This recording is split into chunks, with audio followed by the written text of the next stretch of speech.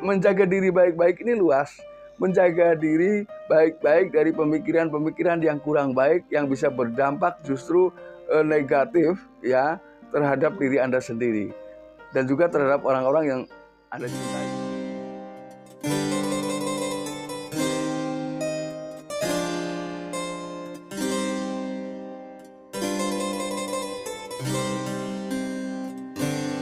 Assalamualaikum warahmatullahi wabarakatuh. Kembali lagi bersama saya Kang Kumis. Kali ini Kang Kumis kembali bersama sahabat semua, tentunya masih di channel Kang Kumis. Channel yang selalu membahas seputar kehidupan rumah tangga, dari masalah percintaan hingga masalah perselingkuhan.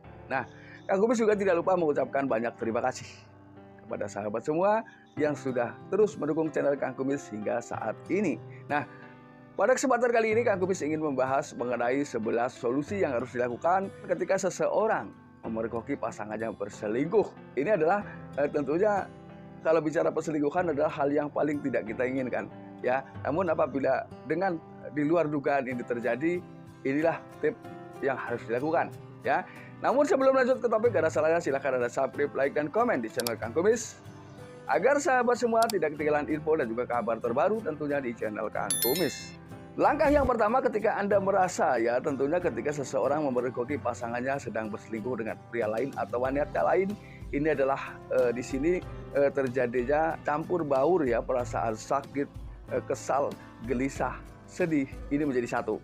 Nah, ini kan dibutuhkan beberapa hal untuk menyikapi hal ini agar seseorang ketika memergoki pasangan berselingkuh ini kesedihan, kemarahan, emosional, bahkan dendam ini tidak berlarut-larut. Yang pertama, Anda lakukan tarik nafas dalam-dalam ya. Tarik nafas dari mulut, keluarkan melalui hidung. Ya. Ini tarik nafas panjang, lalu Anda tahan, lalu kemudian Anda teriak. Ketika memang Anda ingin menangis, menangislah. Ya.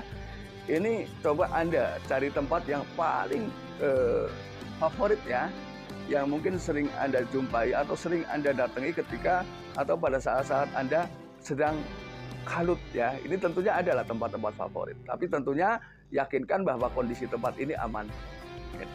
Kemudian langkah yang kedua, temui sahabat Anda. Sahabat terbaik, sahabat nomor 1 tentunya.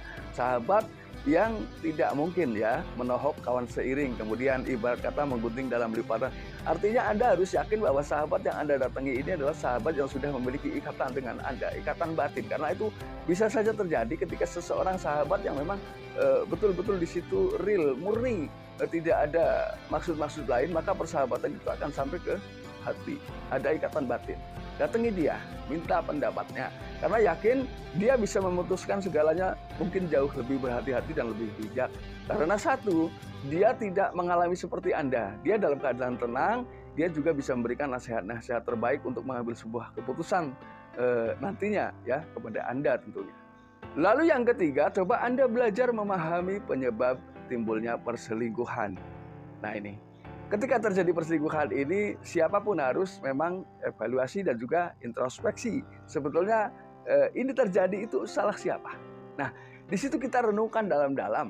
Lalu ketika memang kita yang salah, kita juga harus mengakui itu, gentleman, itu memang kesalahan saya. Banyak hal yang memang kurang pas. Lalu kita berusaha perbaiki.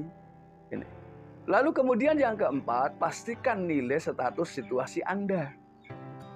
Anda tinggal di situ, ya. Entah itu si istri bersama suami atau si suami bersama istri, atau mungkin rumah di pihak mana, apakah masih ikut mertua. Nah, di sini kita harus pelajari ya. Karena perselingkuhan bisa saja terjadi karena adanya dorongan pihak-pihak lain, bisa jadi ya. Cari penyebabnya, lalu cari solusinya dan perbaiki itu. Lalu yang kelima, Anda harus paham ya. Anda harus paham betul. Harus cari tahu sampai detail sebetulnya ini terjadi itu karena siapa. Ini yang harus ditemukan dan ini harus diakui ya. Lalu kemudian yang keenam, evaluasi opsi hubungan Anda. Apakah hubungan Anda dengan mertua, dengan orang tua, dengan saudara baik-baik saja? Nah ini. Atau mungkin ada ya gejala-gejala, mohon maaf, adanya cinta terselubung mungkin, Ya, ini juga bisa menyebabkan, walaupun ini belum tentu hal itu penyebabnya. Ya, ini hanya sebagai gambaran garis besar kenapa terjadi seperti itu. Lalu kemudian yang ketujuh, pertimbangkan baik-baik keputusan besar yang akan Anda putuskan nanti. Ya, karena mau tidak mau, kenapa harus dipertimbangkan? Karena di sini juga kita harus hitung-hitungan antara dampak positif dan negatif. Banyakan yang mana? Ini adalah tentunya adalah bukan keputusan yang mudah untuk segera diputuskan. Jadi Anda mungkin butuh waktu untuk mengambil sebuah keputusan. Jangan pernah mengambil keputusan dalam keadaan labil, emosi, apalagi dendam. Ini. Kemudian yang kedelapan, untuk sementara hindari media sosial jika Anda bisa.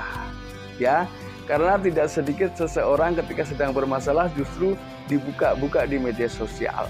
Sementara orang-orang di media sosial kita tidak pernah tahu.